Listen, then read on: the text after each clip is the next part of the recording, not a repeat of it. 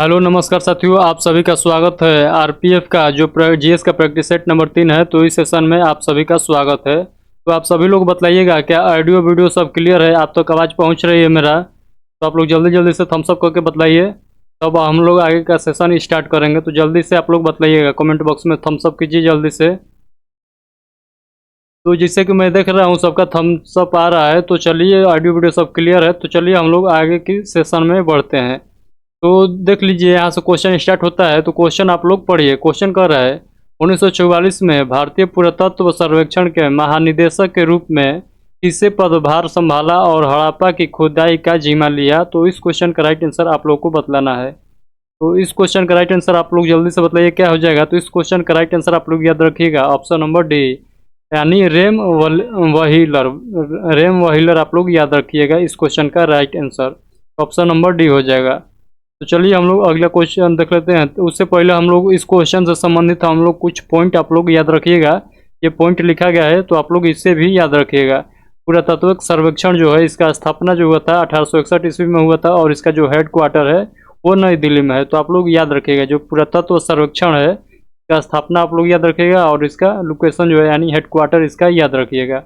और ये किस मंत्रालय के अंतर्गत आता है? तो आप लोग को बताना है, संस्कृति मंत्रालय के अंतर्गत आता है। और इसका कार्य क्या है, यानी पुरातत्व सर्वेक्षण का जो है इसका कार्य क्या होता है? तो प्राचीन स्मारक जो है तथा पुरातात्विक स्थलों और अवशेषों का रख रखाव करना, यानी जो आप लोग देखे होंगे जैसे ताजमहल हो गया,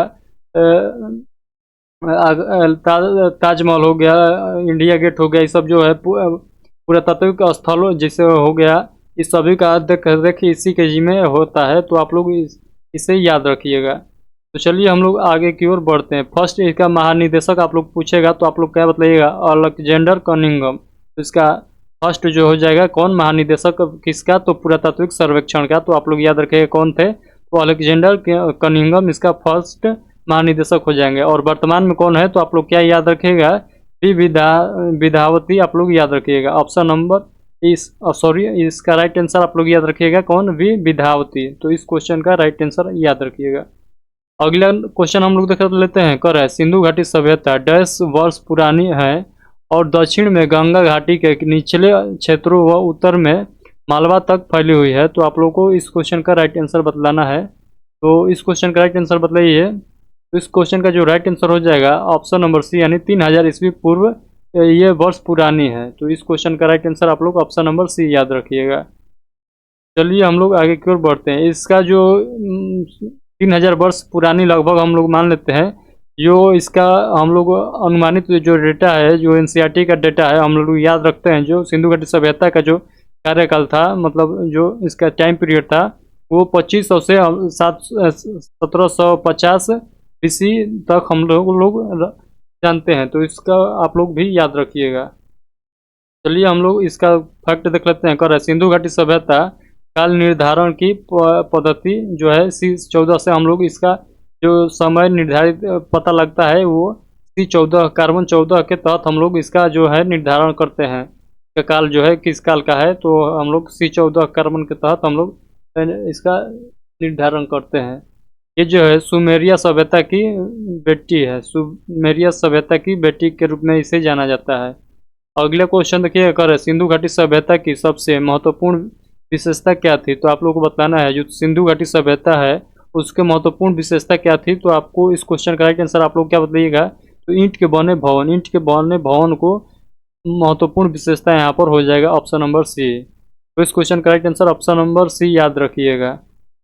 चलिए हम लोग देख लेते हैं। तो देखिए जो लोकेशन है, जो सिंधु घाटी सभ्यता का लोकेशन जो है, सबसे उत्तर में आप लोग बतलाइएगा। सबसे उत्तर में जो है मांडा जो है जम्मू कश्मीर में है, और चिनाब नदी के तट पर है। तो मांडा आप लोग याद रखिएगा। सबसे उत्तरी भाग जो हो जाएगा सिंधु घाटी सभ्यता का, वो हो जाएगा मांडा, जो चिनाब नदी के तट पर है। और सबसे आप लोग पूरब में आइएगा तो ये हो जाएगा आलमगीरपुर। आलमगीरपुर कहाँ है? मेरठ उत्तर प्रदेश में। कौन सी नदी हो जाएगा? तो आप लोग क्या याद रखिएगा? नदी कौन हो जाएगा? तो हिंडन नदी हो जाएगा। तो ये आप लोग को याद रखना है। उसके बाद सबसे दक्षिणी में बात करें तो जो सिंधु घाटी सभ्यता का सबसे दक्षिणी जो भाग था वो कौन सा है, वो कौन सा इलाका है? तो आप लोग क्या बतलाइएगा? दैमाबाद। दैमाबाद कहाँ है? तो महाराष्ट्र में। किस नदी पर है? तो गोदावरी नदी पर। आप लोग याद रखिएगा। और सबसे उत्तरी जो क्षेत्र है सॉरी, सबसे जो पश्चिमी क्षेत्र है आप लोग को बतलाना है, सबसे पश्चिमी क्षेत्र कौन है, तो आप लोग सुतका गेंडोर आप लोग याद रखिएगा। सुतका गेंडोर जो है बलूचिस्तान में है, और कौन सी नदी है, तो दास्क नदी है। तो दास्क नदी के तट पर सुतका गेंडोर है। तो आप लोग सिंधु घाटी सभ्यता का जो है लोकेशन आप लोग याद रखिएगा, चौहद्दी याद रखिएगा, जो वो सबसे उत्तर में कौन सा है, और सबसे पूरब में कौन है, और सबसे दक्षिण में कौन है, और सबसे पश्चिम में कौन है। तो इसको आप लोग याद रखिएगा, कॉपी पर नोट डाउन आप लोग जरूर कर लीजिएगा। तो चलिए हम लोग अगला स्लाइड देख लेते हैं। पर सिंधु घाटी सभ्यता है, तो आप लोग को बतलाना है सिंधु घाटी सभ्यता कैसी है। तो कांस्य युगीन सभ्यता है, तो आप लोग ऑप्शन नंबर डी लगाइएगा, कांस्य युगीन सभ्यता है। तो इस क्वेश्चन का राइट आंसर आप लोग ऑप्शन नंबर डी लगाइएगा। तो यहाँ पर आप लोग फैक्ट भी आप लोग पढ़ते चलिएगा, क्योंकि वीडियो लंबा ना बन जाए, इसी के चलते हमने फैक्ट लिख दिया है, क्योंकि लिखने में बहुत ज़्यादा टाइम लग जाता है, इसीलिए मैंने यहाँ पर फैक्ट लिख दिया है। तो आप लोग फैक्ट को वीडियो को रोक कर पढ़ लीजिए, नहीं तो आप लोग संगे संगे पढ़ लेते हैं तो अच्छी बात है, इसे नोट डाउन भी आप लोग कर लीजिएगा। तो देखिए यहाँ पर फैक्ट है, मोहनजोदड़ो जो है, मोहनजोदड़ो, हड़प्पा, चनहुदड़ो, लोथल, धौलावीरा और कालीबंगा और राखीगढ़ी, ये सब किससे संबंधित है, तो आप लोग क्या बतलाइएगा, हड़प्पा सभ्यता यानी सिंधु घाटी सभ्यता से संबंधित है। तो आप लोग याद रखिएगा। अगला क्वेश्चन है, क्वेश्चन नंबर 5 आप लोग पढ़िएगा। कर रहे हैं निम्नलिखित में से कौन सा हड़प्पा स्थल शिल्प कलाओं के उत्पादन से संबंधित नहीं है। तो आप लोगों को इस क्वेश्चन का राइट आंसर बताइएगा। तो इस क्वेश्चन का right answer option number B बताइएगा, मांडा। तो मांडा आप लोगों को मैं पीछे बता चुका हूँ कि मांडा जो है इसका किस क्षेत्र में है। तो आप लोग क्या बताइएगा, जो सिंधु घाटी सभ्यता का सबसे जो उत्तरी क्षेत्र है यानी जम्मू कश्मीर में, तो ये हो जाएगा मांडा। मांडा कौन सी नदी पर रहा है, तो आप लोग नदी भी बताइएगा, तो चिनाब नदी हो जाएगा। तो इसको आप लोग याद रखिएगा। ये आप लोग ये फैक्ट भी आप लोग याद करते चलिएगा संगे संगे, तो आप लोग याद जरूर कर लीजिएगा। चलिए हम लोग अगला क्वेश्चन की ओर बढ़ते हैं, जो क्वेश्चन नंबर 6 है। कर है भारत के संविधान के संदर्भ में इनमें से संविधान सभा के निर्वाचित अध्यक्ष कौन थे। तो आप लोग को बतलाना है इसमें से निर्वाचित जो अध्यक्ष हैं वो कौन थे। तो आप लोग क्या बतलाइएगा, डॉक्टर राजेंद्र प्रसाद। डॉक्टर राजेंद्र प्रसाद जो हैं ये निर्वाचित सदस्य हैं। और जो मनोनीत कह सकते हैं वो कौन अध्यक्ष थे, तो आप लोग क्या बतलाइएगा, डॉक्टर सच्चिदानंद सिन्हा। डॉक्टर सच्चिदानंद सिन्हा अस्थायी अध्यक्ष थे, तो किसका, तो संविधान सभा का। संविधान सभा का अस्थायी अध्यक्ष या निर्वाचित अध्यक्ष कहे तो आप लोग क्या बतलाइएगा, डॉक्टर राजेंद्र प्रसाद। तो इस क्वेश्चन का राइट आंसर आप लोग ऑप्शन नंबर डी याद रखिएगा। राजेंद्र प्रसाद को कब चुना गया था, निर्वाचित कब किया गया था, तो आप लोग क्या बतलाइएगा, 11 दिसंबर 1946 को संविधान सभा द्वारा अध्यक्ष चुना गया था। तो इससे भी आप लोग याद रखिएगा। यहाँ पर देखिएगा संवैधानिक जो सलाहकार थे, संविधान सभा के जो संवैधानिक सलाहकार थे, इसे भी आप लोग याद रखिएगा, वो कौन थे, तो बी.एन. राव जो थे ये संवैधानिक सलाहकार थे। और पूछता है महिलाओं का जो संख्या था संविधान सभा में, महिलाओं का संख्या कितना था, तो आप लोग को कितना बतलाना है, 15। टोटल कितने महिला थी, तो 15 महिला थी। इसे भी आप लोग याद रखिएगा, ये फेवरेट क्वेश्चन है, तो आप लोग इसे भी आप लोग याद रखिएगा। अगले क्वेश्चन कर रहे हैं, संविधान सभा का गठन कब हुआ था, तो 6 दिसंबर 1946 को हुआ था। और संविधान सभा का उपाध्यक्ष कौन थे, तो एच.सी. मुखर्जी, आप लोग याद रखिएगा। और प्रथम बैठक जो हुआ था 9 दिसंबर 1946। और सदस्यों की कुल संख्या की बात कर ले हम लोग, तो संविधान सभा में कुल सदस्य संख्या कितना था, तो 211 को आप लोग याद रखिएगा। तो इतना फैक्ट आप लोग याद करते चलिएगा संगे संगे। अगर आप लोग कॉपी पेन लेकर बैठे हैं तो इसे नोट डाउन भी कर लीजिएगा। चलिए हम लोग अगला क्वेश्चन देख लेते हैं। कह रहे हैं मसौदा समिति के अध्यक्ष कौन थे जिनके पास संविधान का मसौदा तैयार करने का कार्य था। तो आप लोग को बतलाना है मसौदा समिति के अध्यक्ष कौन थे। तो इस क्वेश्चन का राइट आंसर आप लोग बतलाइएगा। तो इस क्वेश्चन का राइट आंसर आप लोग क्या बतलाइएगा, doctor B R. Ambedkar. Doctor B R. Ambedkar मसौदा समिति के क्या थे, तो अध्यक्ष थे। तो इसका right answer option number A याद रखिएगा। डॉक्टर भीमराव अम्बेडकर को आप लोग सभी लोग जानते हैं, इनका क्या जाता है, तो भारतीय संविधान का जनक कहा जाता है। तो आप लोग ये भी याद रखिएगा। और इनका कथन क्या था, तो इनका कथन भी आप लोग याद रखिएगा। आर्टिकल 32 को क्या कहे थे, तो भारतीय संविधान का आत्मा कहे थे। तो ये किसका कथन है, तो ये भी एग्जामिनर पूछ लेता है, तो आप लोग ये भी याद रखिएगा। तो आर्टिकल 12 को आर्टिकल 32 को बाबा साहेब ने संविधान का आत्मा कहा है। तो इससे भी आप लोग याद रखिएगा। और भारत का प्रथम विधि मंत्री ये भी रह चुके हैं। तो आप लोग इसे भी याद रखिएगा। जो डॉक्टर भीमराव अम्बेडकर है ये भारत के प्रथम विधि मंत्री भी रह चुके हैं। तो ये भी आप लोग याद रखिएगा। जैसे कि मैं आप लोगों को थोड़ा इन्फॉर्मेशन देता हूँ कि देखिए जो क्वेश्चन रहता है ये रेलवे के किसी न किसी एग्जाम में पूछा हुआ क्वेश्चन है, तो आप लोग ये भी आप लोग नोट डाउन करते चलिएगा, क्योंकि जो भी क्वेश्चन है रेलवे के हर एग्जाम में पूछा हुआ क्वेश्चन मैं यहाँ पर तैयार किया हूँ स्लाइड, तो आप लोग ये भी आप लोग नोट डाउन करते चलिएगा। हर क्वेश्चन जो है किसी न किसी एग्जाम में पूछा हुआ है। चलिए हम लोग इसका थोड़ा बहुत और फैक्ट देख लेते हैं। पर प्रारूप समिति का जो गठन हुआ था 29 अगस्त 1947 को हुआ था, और प्रारूप समिति के टोटल सदस्य जो थे वो 7 थे, एक अध्यक्ष और 6 अन्य सदस्य थे, तो इसका टोटल सदस्य हो जाएगा 7 हो जाएगा। तो आप देख लीजिए 6 अन्य सदस्य हैं, तो आप लोग यहाँ पर सदस्य भी याद रख सकते हैं कौन कौन थे, तो आप लोग यहाँ से याद रख लीजिएगा। तो चलिए हम लोग आगे की ओर बढ़ते हैं। अगला क्वेश्चन कर रहे हैं, राजनीतिक व्यवस्था का कौन सी विधा अलग अलग राज्यों या अन्य व्यवस्थाओं को एक व्यापक राजनीतिक प्रणाली के भीतर इस तरह एकजुट करती है कि प्रत्येक को अपनी अखंडता बनाए रखने की प्रावधान मिलता है। तो इस क्वेश्चन का राइट आंसर आप लोग बताइएगा वो कौन शब्द है, तो आप लोग क्या कहिएगा, संघवाद। संघवाद यानी ऑप्शन नंबर डी इस क्वेश्चन का राइट आंसर हो जाएगा। अगला देखिएगा, संघवाद के बारे में हम लोग दो चार को फैक्ट देख लेते हैं। संघवाद देश के शासन को चलाने के लिए इस शब्द का प्रयोग किया गया है, शक्तियों का विभाजन करता है। तो आप लोग इसको इसका संघवाद का आप लोग फैक्ट याद रखिएगा। और संघात्मक लक्षण जो है संविधान की सर्वोच्चता, लिखित संविधान और स्वतंत्र न्यायपालिका, तो ये भी आप लोग फैक्ट याद रखिएगा। अगला क्वेश्चन कर रहा है, क्वेश्चन नंबर 9 है, कर रहा है पंडित जवाहरलाल नेहरू ने किस तिथि को संविधान सभा में उद्देश्य प्रस्ताव प्रस्तुत किया था। तो आप लोग को बतलाना है किस तारीख को उद्देश्य प्रस्ताव प्रस्तुत किया था, किसके द्वारा किया गया था, तो पंडित जवाहरलाल नेहरू द्वारा। ये भी आप लोग को याद रखना है किस तारीख को प्रस्तावित किया गया था, तो प्रस्तुत किया गया था, तो आप लोग को याद रखना है 13 दिसंबर 1946 को उद्देश्य प्रस्ताव प्रस्तुत किया गया था संविधान सभा में। इस क्वेश्चन का right answer option number B आप लोग याद रखिएगा।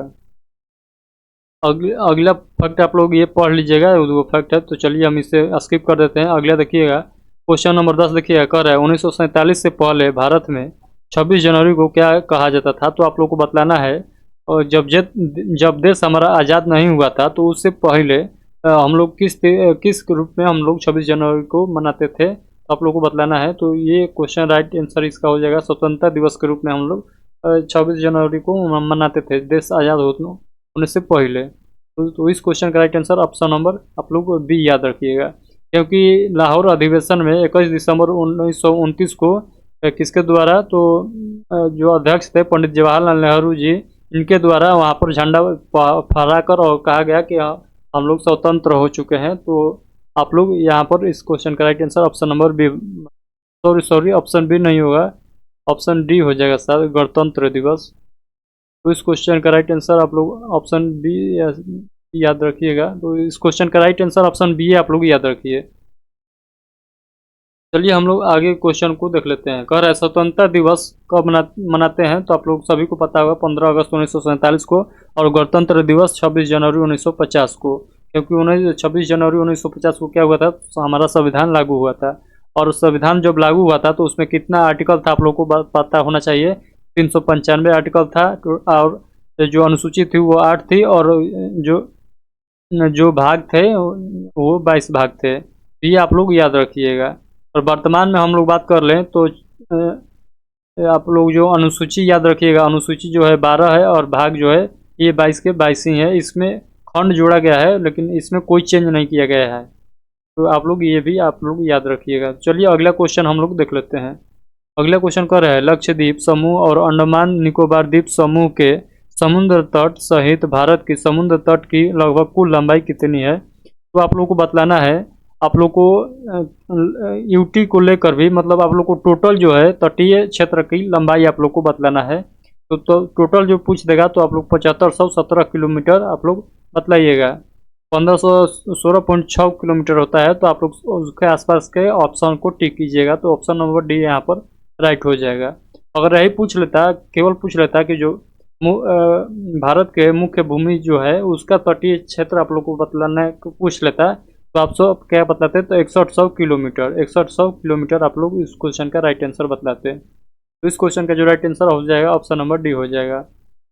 तो यहाँ पर देख लीजिए, यहाँ पर फैक्ट लिखा गया है, तो आप लोग देख लीजिए। भारत का जो समुद्री तटीय राज्य है वो 9 राज्य है। 9 राज्य आप लोगों को याद कैसे रखना है, तो देखिए यहाँ पर ट्रिक भी है, नहीं तो अदरवाइज मैं आप लोग मैप से याद रखिएगा। देखिए जो समुद्री तट है कुछ इस प्रकार है हम लोग का समुद्री तट। तो यहाँ पर सबसे ऊपर में देखिएगा तो गुजरात है, गुजरात के बाद में आइएगा तो महाराष्ट्र है, महाराष्ट्र के जस्ट नीचे आइएगा तो थोड़ा सा में गोवा है, और गोवा के बाद आप लोग कर्नाटक आ जाइएगा तो कर्नाटक है, और उसके बाद आप लोग केरल आ जाइएगा, केरल के बाद इस साइड में आइएगा तो तमिलनाडु हो जाएगा, उसके बाद आंध्र प्रदेश हो जाएगा, उसके बाद आप लोग जाइएगा तो यहाँ पर हो जाएगा उड़ीसा, और यहाँ पर हो जाएगा पश्चिम बंगाल। तो इतने राज्य जो है हमारे तटीय मैदान से लगा हुआ है। आप लोग गिन सकते हैं 1 2 3 4 5 6 7 8 9, टोटल 9 राज्य है जो हमारे समुद्री तटीय समुद्र के तट से लगा हुआ है। तो आप लोग याद रखिए कौन कौन से राज्य है। तो ये गुजरात हो जाएगा, ये महाराष्ट्र, ये गोवा, और ये वाला जो राज्य हो जाएगा ये हो जाएगा कर्नाटक, और ये हो जाएगा केरल। ये आप लोग का बताइएगा क्या हो जाएगा, तो ये हो जाएगा आप लोग का तमिलनाडु, और ये आंध्र प्रदेश, और ये जो हो जाएगा ये हो जाएगा उड़ीसा, और ये जो हो जाएगा आप लोग का पश्चिम बंगाल हो जाएगा। तो इतने जो राज्य है ये हमारे समुद्री तटीय से मैदान से लगा हुआ है। और केंद्र शासित प्रदेश की बात कर ले तो 4 केंद्र शासित प्रदेश है। तो आप लोग ये भी याद रखिए वो कौन कौन से है, तो लक्षद्वीप, पुदुचेरी, और दमन द्वीप, और जो है अंडमान निकोबार। तो ये 4 यूटी हो जाएगा, यानी यूनियन टेरिटरी। अगला क्वेश्चन देख लेते हैं। अगला क्वेश्चन कर रहा है भारत देश का दक्षिणतम बिंदु कौन सा है। तो आप लोग को बतलाना है भारत का दक्षिणतम बिंदु कौन सा है। तो इस क्वेश्चन का राइट आंसर आप लोग क्या बतलाइएगा, जो अंडमान निकोबार में है तो आप लोग क्या बताइएगा, इंदिरा पॉइंट। इस क्वेश्चन का राइट आंसर आप लोग क्या बताइएगा, इंदिरा पॉइंट। इंदिरा पॉइंट सबसे आप लोग को कहाँ है, तो सबसे दक्षिण में है, यानी अंडमान निकोबार द्वीप समूह में सबसे निचला भाग जो है निकोबार कहा जाता है, निकोबार द्वीप समूह में ये है स्थित है इंदिरा पॉइंट। अगर मुख्य भूमि का पूछ लेता तो कन्याकुमारी हो जाता। तो चलिए अगला क्वेश्चन हम लोग देख लेते हैं। तो देखिए यहाँ पर कुछ फैक्ट है, आप लोग याद रखिएगा। जो आप लोग को पूर्व पश्चिम का मुख्य बिंदु पूछ लेता है, जो अंतिम सीमा है उसको पूछ लेता है। देखिए जो पश्चिम है उसे गुहार मोती कहते हैं, जो गुजरात में स्थित है, और जो उत्तर में है उससे इंदिरा कौल, और जो दक्षिण में वो है वो अभी अभी आप लोगों ने देखा है कौन है, इंदिरा पॉइंट। और जो पूरब में है ये कौन है, तो ये आप लोग को बतलाना है किबुथु। किबुथु जो कहाँ है, तो आप लोग कहाँ बतलाइएगा, किबुथु जो है आप लोग कहाँ बतलाइएगा, तो अरुणाचल प्रदेश में। तो आई होप कि आप लोग को पूरा समझ में आ गया है। तो देखिए जो भारत के दक्षिण से पूरब की, दक्षिण से उत्तर की जो लंबाई है, उत्तर से दक्षिण की जो लंबाई है वो 3214 किलोमीटर है, और जो पश्चिम से पूरब की लंबाई है वो 2933 किलोमीटर है। तो आप लोग यहाँ से याद रखिएगा, पूरब से पश्चिम की लंबाई 2933 किलोमीटर, और उत्तर से दक्षिण की लंबाई जो है ये 3214 किलोमीटर। तो आप लोग इस फैक्ट को आप लोग जरूर नोट डाउन कर लीजिएगा। तो चलिए हम लोग आगे क्वेश्चन को देख लेते हैं। अगले क्वेश्चन कर रहे हैं भारत पूरी तरह से पृथ्वी के डैश गोलार्ध और डैश भाग में स्थित है। तो आप लोग को बतलाना है उत्तरी गोलार्ध और पृथ्वी के भाग में स्थित है, तो पूरा भाग में स्थित है। ऑप्शन नंबर ए इस क्वेश्चन का राइट आंसर हो जाएगा। तो यहाँ पर देख लीजिए अक्षांश में पूछेगा तो उत्तरी गोलार्ध हो जाएगा, और देशांतर में पूछेगा तो पूर्वी गोलार्ध हो जाएगा। तो ये आप लोग को याद रखना है फैक्ट को। तो यहाँ पर देखिए कुल जो क्षेत्रफल है भारत का, आप लोग क्षेत्रफल भी याद रखिएगा, 32,87,263 वर्ग किलोमीटर आप लोग क्षेत्रफल याद रखिएगा भारत का। और भारत का जो स्थान है विश्व में कौन सा स्थान है, तो 7वां स्थान है, ये भी आप लोग को याद रखना है। उससे पहले आप लोग क्या याद रखिएगा, रूस, कनाडा, चीन, अमेरिका, ऑस्ट्रेलिया, ब्राज़ील, और उसके बाद आप लोग क्या याद रखिएगा, भारत। यहाँ पर याद रखिएगा रूस, कनाडा, चीन, उसके बाद अमेरिका, उसके बाद ब्राज़ील और ऑस्ट्रेलिया, और उसके बाद ऑस्ट्रेलिया के बाद हमारा भारत आ जाता है 7वें नंबर पर। तो आप लोग याद रखिएगा, 7 देश का नाम याद रखिएगा यहाँ पर, क्योंकि पूछ लेता है।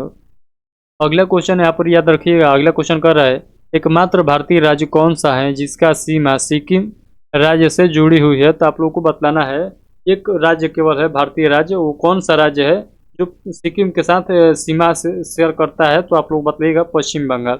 पश्चिम बंगाल हो जाएगा, क्योंकि आप लोग यहाँ पर मैं नक्शा बनाता हूँ, आप लोग यहाँ पर गौर कीजिएगा। देखिए कुछ इस प्रकार से हमारा भारत का जो पूर्वी इलाका है उसका नक्शा है। तो आप लोग यहाँ पर देख सकते हैं। तो जो यहाँ पर पश्चिम बंगाल है, जो पश्चिम बंगाल है इधर से लेकर हमारा पश्चिम बंगाल जो है यहाँ तक फैला हुआ है। पश्चिम बंगाल हमारा यहाँ तक फैला हुआ है। तो मात्र एक ऐसा राज्य है जो सिक्किम से लगा हुआ है, वो पश्चिम बंगाल हो जाएगा। तो आप इस क्वेश्चन का जो राइट आंसर लगाइएगा ऑप्शन नंबर ए लगाइएगा। तो इस क्वेश्चन का राइट आंसर क्या हो जाएगा, ऑप्शन नंबर ए हो जाएगा। तो सिक्किम भारत का 22वां राज्य बना और इसे कब पूर्ण राज्य बना लिया गया, पूर्ण राज्य का दर्जा कब मिला इसको, तो 36वां संविधान संशोधन द्वारा 1975 में, और सह राज्य का दर्जा कब दिया गया था, तो 35वां संविधान संशोधन 1974 में। तो इस फैक्ट को आप लोग याद रखिएगा। चलिए हम लोग आगे की ओर बढ़ते हैं। अगला फैक्ट यहाँ पर देख लीजिएगा। यहाँ पर आप लोग को पूछ रहा है तो मतलब कौन सा दिशा में कौन सा देश स्थित है, तो आप लोग इससे याद रखिएगा। अदरवाइज हमने अपने चैनल पर करा चुका हूँ इंडिया और इंडिया के पड़ोसी देश से रिलेटेड जितना भी क्वेश्चन बनने वाला है मैं अपने चैनल पर करा दिया हूँ, तो आप लोग वहाँ से देख लीजिएगा। वहाँ पर प्ले लिस्ट में जाइएगा, ज्योग्राफी के प्ले लिस्ट में, तो एक वीडियो है वो आप लोग जरूर देख लीजिएगा। चलिए अगला क्वेश्चन है। अगला क्वेश्चन कर रहा है रेड क्लिफ रेखा किन दो देशों के बीच ये अंतर्राष्ट्रीय सीमा रेखा है, तो आप लोग को बताना है जो रेड क्लिफ रेखा है ये किस दो देशों के बीच के सीमा को कहा जाता है। तो आप लोग को सभी लोग को पता होगा भारत और पाकिस्तान के जो सीमा है उसे क्या कहा जाएगा, तो रेड क्लिफ रेखा कहते हैं। इस क्वेश्चन का right answer option number B हो जाएगा। और यहाँ पर आप लोग देखिए भारत और चीन के, तो आप लोग को पता होगा मैक मोहन इसे कहते हैं हम लोग, यहाँ पर लिखा भी है। तो मैक मोहन हम लोग कहते हैं भारत और चीन के सीमा को मैक मोहन रेखा कहते हैं। और आप लोग उसी तरह यहाँ पर याद रखिएगा, एक और याद रखिएगा, भारत और जो पाकिस्तान के पड़ोसी देश कौन है, भारत और जो अफगानिस्तान है, भारत और अफगानिस्तान के जो सीमा रेखा का नाम है उसको हम क्या कहते हैं, उसे डुरंड रेखा कहते हैं। वो क्वेश्चन भी आप लोग याद रखिए। चलिए अगला क्वेश्चन हम लोग देख लेते हैं। अगला क्वेश्चन जो है 16 नंबर क्वेश्चन है, कर रहे हैं उत्पादन प्रक्रिया में प्रयुक्त स्वामित्व वाले आगतों की लागत का क्या अभिप्राय है, तो आप लोग इस क्वेश्चन का राइट आंसर बताइएगा। इस क्वेश्चन का जो राइट आंसर हो जाएगा ऑप्शन नंबर सी हो जाएगा, अंतर्निहित लागत। अंतर्निहित लागत ऑप्शन नंबर सी इस क्वेश्चन का राइट आंसर हो जाएगा। अगले क्वेश्चन देखिए कर रहा है एक फर्म का उत्पादन फलन उपयोग में लाए गए आगतों और डैश के मध्य का संबंध है। तो आपको इस क्वेश्चन का राइट आंसर क्या बताइएगा, फर्म द्वारा उत्पादित निर्गतों यहाँ पर हो जाएगा। तो ऑप्शन नंबर सी इस क्वेश्चन का राइट आंसर हो जाएगा।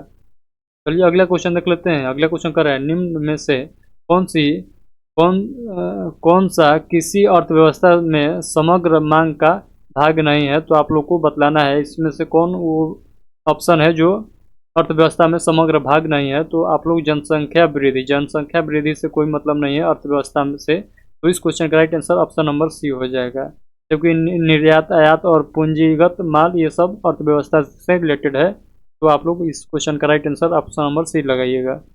अगला क्वेश्चन देख लीजिए। अगला क्वेश्चन कर रहा है देश के विभिन्न हिस्सों में नव वर्ष को अलग अलग नामों से मनाया जाता है, निम्न के साथ सुमेलित कीजिए। तो आप लोग को बतलाना है जो ये सब नाम दिया गया है, नव वर्ष का जो नाम दिया गया है ये सब नव वर्ष के रूप में मनाया जाता है। तो ये नाम है जो पर्व है, ये जो नाम का पर्व है ये किस किस राज्य में मनाया जाता है, कौन किस राज्य में मनाया जाता है, तो आप लोगों को सही सुमेलित करना है। सही सुमेलित क्या हो जाएगा, ऑप्शन नंबर जो सी में लिखा गया है उसे देखकर आप लोग सही सुमेलित कर लीजिएगा। जिससे कि आप लोग यहाँ पर देखिएगा एक का जो हो जाएगा तीसरा हो जाएगा। तो ये विशु जो मनाया जाता है वो केरल में मनाया जाता है। विशु जो नववर्ष का त्यौहार है वो केरल में मनाया जाता है। और जो है ये पुथांडु जो है ये कहाँ मनाया जाता है, तो ये तमिलनाडु में मनाया जाता है। जो गुड़ी पड़वा है ये महाराष्ट्र में मनाया जाता है। और पोइला बोईसाखा जो है ये पश्चिम बंगाल में मनाया जाता है। तो इस क्वेश्चन का राइट आंसर आप लोग याद रखिएगा, ऑप्शन नंबर सी में जो लिखा गया है उसे आप लोग सम्मिलित करके इसका राइट आंसर आप लोग लगा लीजिएगा। तो देखिए यहाँ पर केरल का जो है पूरम ओणम है, और तमिलनाडु के पोंगल है, महाराष्ट्र के गणेश उत्सव है, और पश्चिम बंगाल के पौष संक्रांति या मकर संक्रांति, ये सब पर्व आप लोग याद रखिएगा, प्रमुख पर्व है। चलिए हम लोग अगला आगे के क्वेश्चन को देख लेते हैं। यहाँ पर कोई नहीं है, उसका इंग्लिश वर्जन है, तो आप लोग पढ़ लीजिएगा जो इंग्लिश मीडियम स्टूडेंट है। तो 19 नंबर क्वेश्चन का ये इंग्लिश में लिखा हुआ है, तो आप लोग पढ़ लीजिएगा। अगले क्वेश्चन है बंगला उत्सव मुख्य रूप से डैश में मनाया जाता है। तो बंगला उत्सव किस राज्य में मनाया जाता है, तो आप लोग ये नहीं लगाइएगा कि बंगला है तो पश्चिम बंगाल में मनाया जाता है, क्योंकि यहाँ पर बहुत सारे लड़का यही गलती करते हैं कि बंगला देखे नहीं और टिक लगा दिए पश्चिम बंगाल। यहाँ पर इसे तो ऑप्शन में नहीं दिया है, लेकिन आप लोग को एग्जामिनर घबराने के लिए, गलती आंसर टिक करवाने के लिए यहाँ पर सेट कर देता है बंगला देकर, और ऑप्शन में भी पश्चिम बंगाल दे देगा। तो आप लोग को घबराना नहीं है। बंगला उत्सव आप लोग कहाँ लगेगा टिक, तो मेघालय में। आप लोग कभी गलती नहीं कीजिएगा, इसको नोट डाउन करके स्टार लगा लीजिएगा ताकि याद रहेगा आप जब भी देखिएगा इसको। चलिए हम लोग आगे के क्वेश्चन को देख लेते हैं।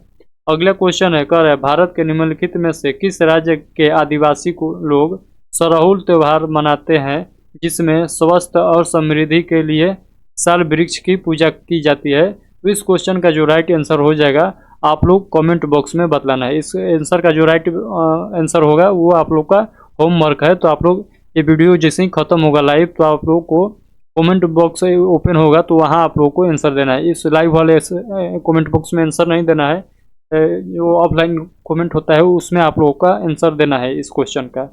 तो आई होप कि आप लोग का जो ये सेशन का जो पूरा क्वेश्चन जो है आप लोग को समझ में आया होगा। अगर समझ में नहीं आता है तो आप लोग कमेंट बॉक्स में हमसे ज़रूर पूछ सकते हैं। तो जो नया स्टूडेंट है मैं उनसे एक बात फिर से बता देता हूँ कि मैं आरपीएफ का कांस्टेबल का यहाँ पर प्रैक्टिस है, जीएस का कराता हूँ पर डे। तो ऑलरेडी 1 से लेकर 2 तक हो चुका है। ये जो प्रैक्टिस सेट, ये 3 नंबर का प्रैक्टिस सेट है, यहाँ पर आप लोग देख सकते हैं। तो जो लोग नहीं देखें 1 और 2 प्रैक्टिस सेट, तो आप लोग जाइए चैनल पर, जाइए प्ले लिस्ट में जाइए, आरपीएफ का वहाँ पर लिखा होगा, तो वहाँ से आप लोग प्रैक्टिस सेट 1 और 2 जरूर लगा लीजिएगा। तो चलिए आज के लिए हम लोग इतना ही रखते हैं, तब तक के लिए आप सभी से विदा लेना चाहते हैं। तो जाने दीजिए, अब हम बहुत हुआ, लंबा वीडियो बन गया। तो आज के लिए इतना ही रखते हैं, तब तक के लिए आप सभी को धन्यवाद।